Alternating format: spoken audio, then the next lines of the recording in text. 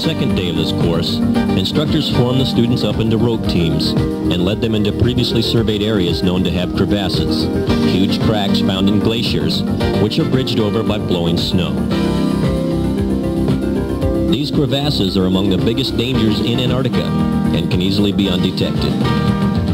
Being able to recognize the threat a crevasse may present and how to avoid them is the focus of this day's training. Afterwards, the course came to its conclusion, ending with a brief recap of the past 2 days' events. Snowcraft Survival School 1 is an ideal introductory course for those who must learn how to deal with adverse circumstances should they ever happen to arise.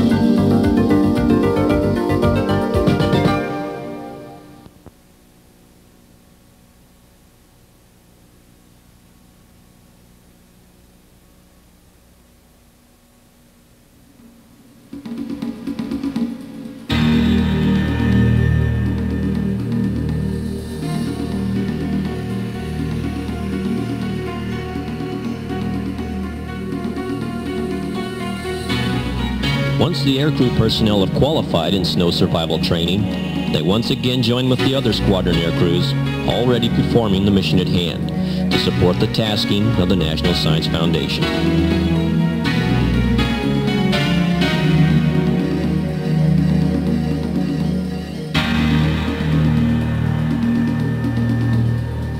About 3 times the size of the United States, Antarctica has several remote camps and stations which can only be reached via the specially ski-equipped C-130 aircraft.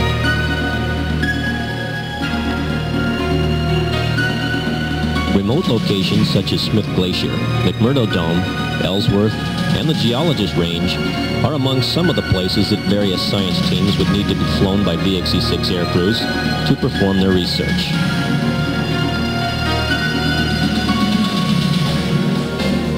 Airdrops were also provided by the LC-130 aircrews as additional support to these teams when supplementary supplies were needed.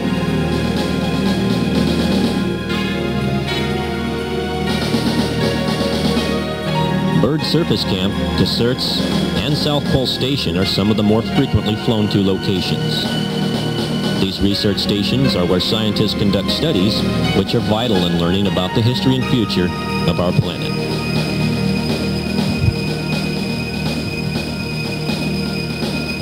Amundsen-Scott South Pole Station is located approximately 840 miles away from McMurdo Station and was established in November of 1956. Here scientists perform studies in glaciology, analyzing core samples taken from Antarctica's ice sheet to learn about the history of Earth's past climates and atmospheric conditions. Also, research of the atmosphere is conducted here to supply scientists with valuable information pertaining to the various layers of Earth's atmosphere, including the growing concerns on the depletion of the Earth's ozone layer. The station consists of several modular buildings constructed to support over 80 people. A geodesic dome protects these buildings from the harsh Antarctic environment.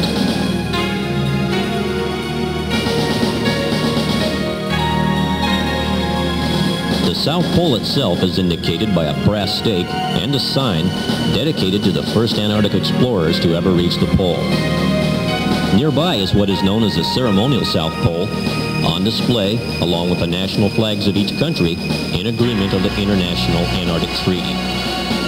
This is a popular place for VXE-6 personnel and other people to visit, finding time to have some fun and take a few pictures.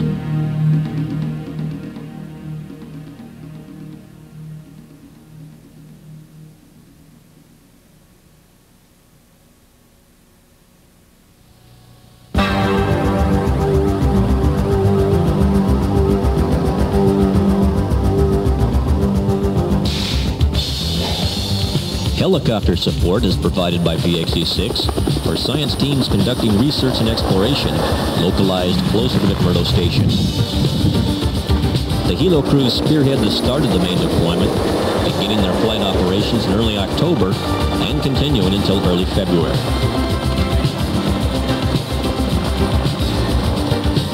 During the 92-93 deployment, helo operations included missions supporting world-renowned geologists and their work throughout the Taylor, Wright, Victoria, and McKelvey Valleys, the Allen Nunatak, a barren island of rocks surrounded by a glacier, and the Polar Plateau, where numerous science groups study plant fossils and glacial deposits.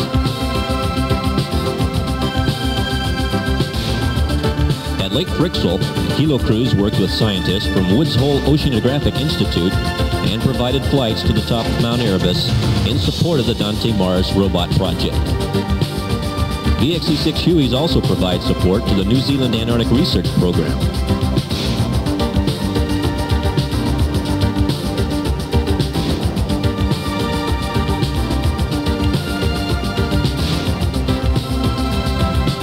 Breathtaking scenery, combined with the skill, professionalism, and historic knowledge of the Hilo crews, make it one of the most sought-after rides in all of Antarctica.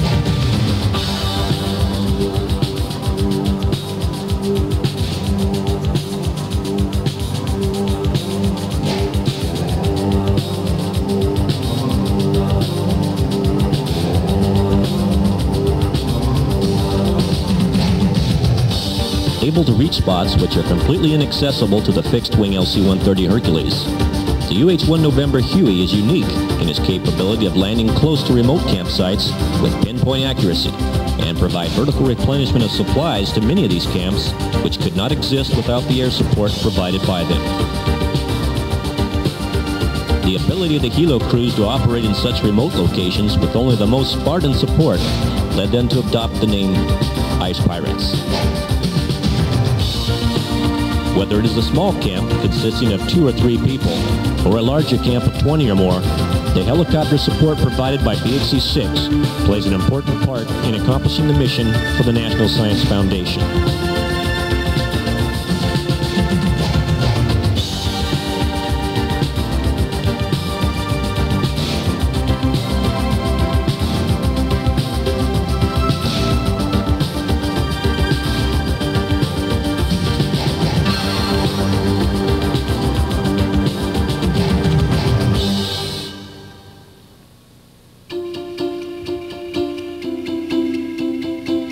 Both UH-1 and C-130 aircraft are an essential part for any emergency situation which may occur during the season. Search and rescue missions and flight crews must be ready to go at a moment's notice. Flight crews also require proper training in an environment that is unique. Whiteout and blizzard conditions can make it difficult to distinguish the sky from the snow-covered terrain, causing disorientation and only adding to the responsibility of flying. Different from the standard C-130, the LC-130 aircraft incorporates a sophisticated ski system which allows it to perform its special mission in Antarctica. With the complexity of the system, malfunctions can occur, resulting in catastrophes. On December 22, 1992, X-Ray Delta 06 suffered such an incident.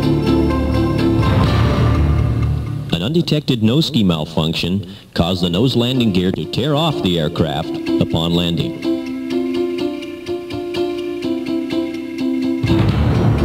The aircrew executed a flawless ground evacuation and no injuries were sustained.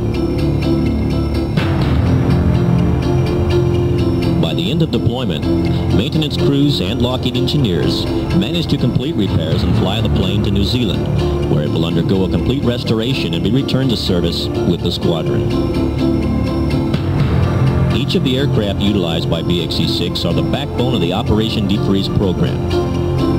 Together, C-130 and UH-1 Huey flight crews flew over 4,600 total flight hours, transporting the sum of 5,700 passengers and approximately 6.4 million pounds of cargo throughout the continent during the 1992-93 season.